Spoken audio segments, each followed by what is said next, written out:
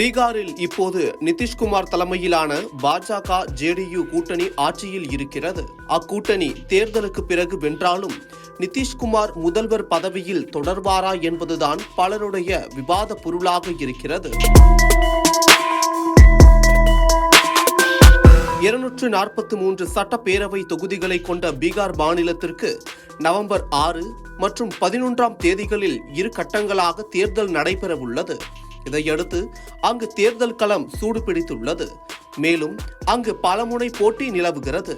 மறுபுறம் பீகாரில் இப்போது நிதிஷ்குமார் தலைமையிலான பாஜக ஜேடியு கூட்டணி ஆட்சியில் இருக்கிறது. அக்கூட்டணி தேர்தலுக்கு பிறகு வென்றாலும் நிதிஷ்குமார் முதல்வர் பதவியில் தொடர்வாரா என்பதுதான் பலருடைய விவாத பொருளாக இருக்கிறது. ஏனெனில் அவர் மாநிலத்தின் அடுத்த முதல்வராக மீண்டும் பதவி ஏற்பது குறித்து நிச்சயமற்ற தன்மை நிலவுகிறது. 74 வயதான அவர் தனது உடல்நிலை காரணமாக அதிக கவனத்தை ஈர்த்துள்ளார். ஜன்சுராஜ் நிறுவனரும் பிரபல தேர்தல் வியூகவாதியுமான பிரசாந்த் கிஷோர் நிதிஷ்குமார் மாநிலத்தின் அடுத்த முதல்வராக மீண்டும் வரமாட்டார் என்றும், பீகாரில் உள்ள 243 சட்டமன்ற இடங்களில் 25 இடங்களை கூட அவரது கட்சி வெல்வது கடினம் என்றும், ஜேடியுவுக்கு பெரும் சரிவு ஏற்படும் என்றும் கணித்துள்ளார். மேலும் இந்த கணிப்பு காலப்போக்கில் மோசமடைந்துள்ளது என்றும் அவர் குறிப்பிடுகிறார். தவிர பீகாரில் நீண்ட காலமாக முதல்வர் பதவி வகித்து வரும் அவரை உடல் ரீதியாக சோர்வடைந்தவர், மன ரீதியாக ஓய்வு பெற்றவர் என்றும், மாநிலத்தை திறம்பட வழிநடத்தும் திறன் அவரிடம் இல்லை என்றும் குற்றம் சாட்டி வருகிறார். பிரசாந்த் கிஷோரின் தாக்குதல் இப்படி இருக்க, இன்னொரு புறம் இந்த தேர்தலில் தேசிய ஜனநாயக கூட்டணி வெற்றி பெற்றால் அடுத்த பீகார் முதல்வர் யார் என்பது குறித்து மத்திய உள்துறை அமைச்சர் அமித்ஷா கூறிய கருத்துக்கள் இன்னும் பரபரப்பை ஏற்படுத்தியுள்ளன. பீகாரை பொறுத்தவரை தேர்தல் முடிந்த பின்னரே முதல்வர் யார் என்பது குறித்து முடிவு செய்வோம்.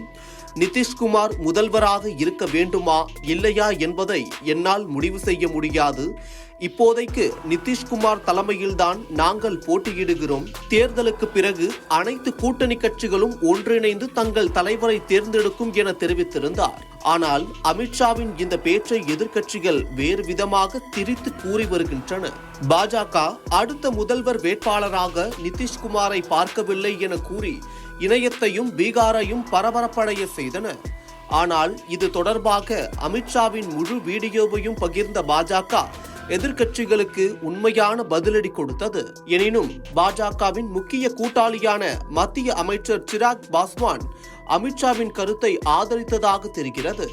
அதேபோல் அமித்ஷாவின் கருத்துக்களை எதிரொலிக்கும் HAMS புரவலரும் மத்திய அமைச்சருமான ஜிதன் ராம் மஞ்சி கூட்டணிக்குள் தெளிவு மற்றும் ஒற்றுமையை உறுதி செய்வதற்காக தேர்தலுக்கு முன்னதாகவே NDA தனது முதலமைச்சர் வேட்பாளரை அறிவிக்க வேண்டும் என வலியுறுத்தியுள்ளார்.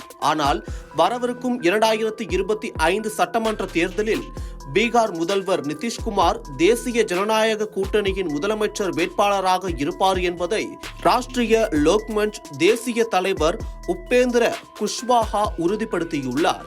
ஆயினும் பீகார் அரசியலில் கிட்டத்தட்ட 2 தசாப்தங்களாக மையப்புள்ளியாக இருந்து வரும் நிதிஷ்குமாருக்கு இந்த தேர்தல் ஒரு கடினமான சவாலாகவே இருக்கும் என கூறப்படுகிறது.